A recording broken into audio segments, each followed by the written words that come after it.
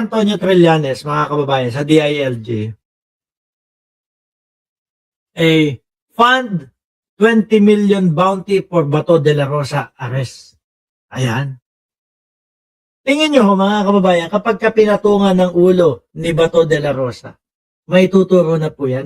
Panigurado ko, baka po yung mga miski, yung mga yung mga kasama ni Bato de la Rosa, hudasin na din po ito no? Diba?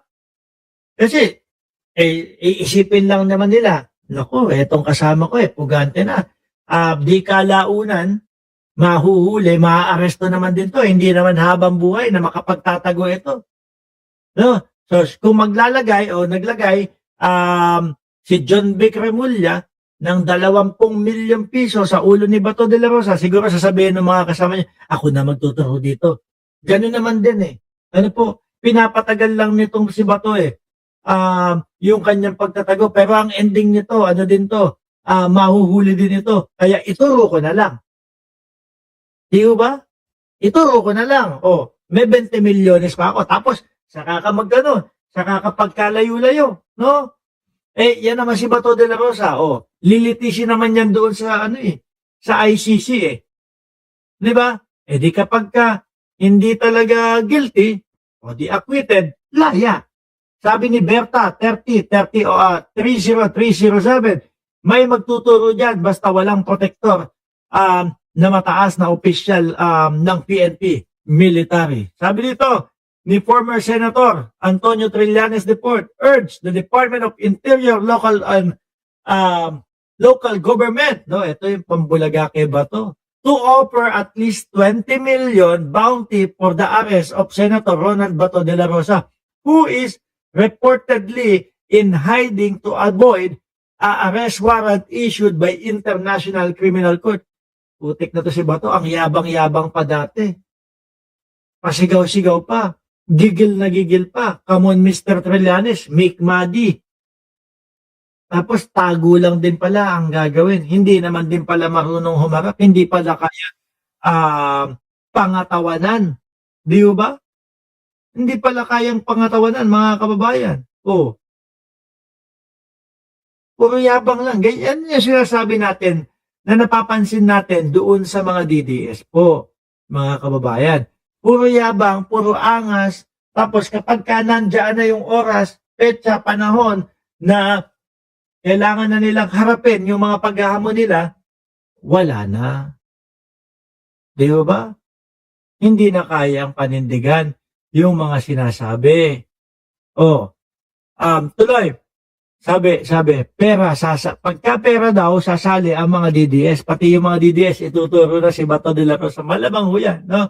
Maraming mga leads na natatanggap, pero kailangan kasi talagang i-verify itong mga leads na ito para masigurado natin na hindi tayo minimislead o dinadivert kung saan-saan. Kung maalala nyo po, yung iba't ibang mga vlogger nila, kung ano-ano yung pinapakita at pinapalabas, kesyo nasa Estados Unidos daw si Bato. Hindi naman makakapunta si Bato sa Estados Unidos Revoke po yung yung US visa niyan Di ba? Hindi naman papapasukin po yan. Walang visa, walang US visa yan. Ginagawa lang po nila yon. Yung kunyari, nasa Japan, yung mga old pictures nila, ina-upload nila upang malito yung mga alagad ng batas kung saan ba talaga nandoon itong si Bato de la Rosa. Di ba, Sir Danilo Espejo? Pero ang inaantay ko nga, sabi ni Trillanes, pero ang inaantay ko nga na gawin nitong DILG ay magbigay sila ng reward. Pagka nagkaroon ng reward sa information na magli-lead to arrest Bato, naku, mabilis yan. Gawin na, pwede na, oo na, Gina. No, para tapos na din ito. Sa hirap ng buhay, meron at meron na nakakakita sa kanya, yun po, at yung mismong ibang nagbabantay sa kanya, yan ang sinasabi ko. Pati yung mga yan, makikisali na, mapapaisip yan. Ito bang ginagawang pagtatago namin ni Bato de la Rosa, ay aabot ba hanggang dulo ito? Di ba? Tatagal ba kami ng ilang taon dito? Kung hindi naman, ituro ko na itong tao na ito para matapos na. yung mga pagtatago namin. Tapos, pagkaturo ko, baka hindi naman malaman, di ba? Saka mga ibang bansa, kapag ka, oy, kayong mga kasama ni Bato de la Rosa, ganito gawin nyo, ha? Ganito gawin nyo. Turo nyo. Na kapag ka naglabas si John Vic Remulla ng 20 milyong piso sa ulo ni Bato de la Rosa, ituro nyo. No? Tapos, wag nyo munang basta-basta gagastusin. Wag muna kayo magpapahalata na kayo yung nakatanggap ng 20 milyong piso. Pagka gumastos kayo, utay-utay lang. After 5 years, tiisin nyo. No? Kapag ka medyo lumayo na kayo, nakalimutan na lahat, si Bato de la Rosa, nandoon na, kasama si dating Pangulong Duterte, hindi na napapansin masyado, saka nyo gastusin yung pera. Saka kayo magbibili ng bahay, magtayo kayo ng negosyo. O, di ba? Pero yung pagkahuli, pagka-aresto, tapos bigla kayo baka mayari kayo. Mahalata agad kayo. Di ba? Kaya, isipin niyo na lang ito, mga kasama ni Bato de la Rosa.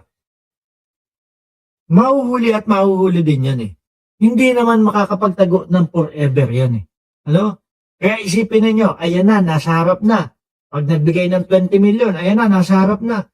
Sunggaban nyo na. No? Kasi doon naman din po, mga kababayan, ang punta niyan.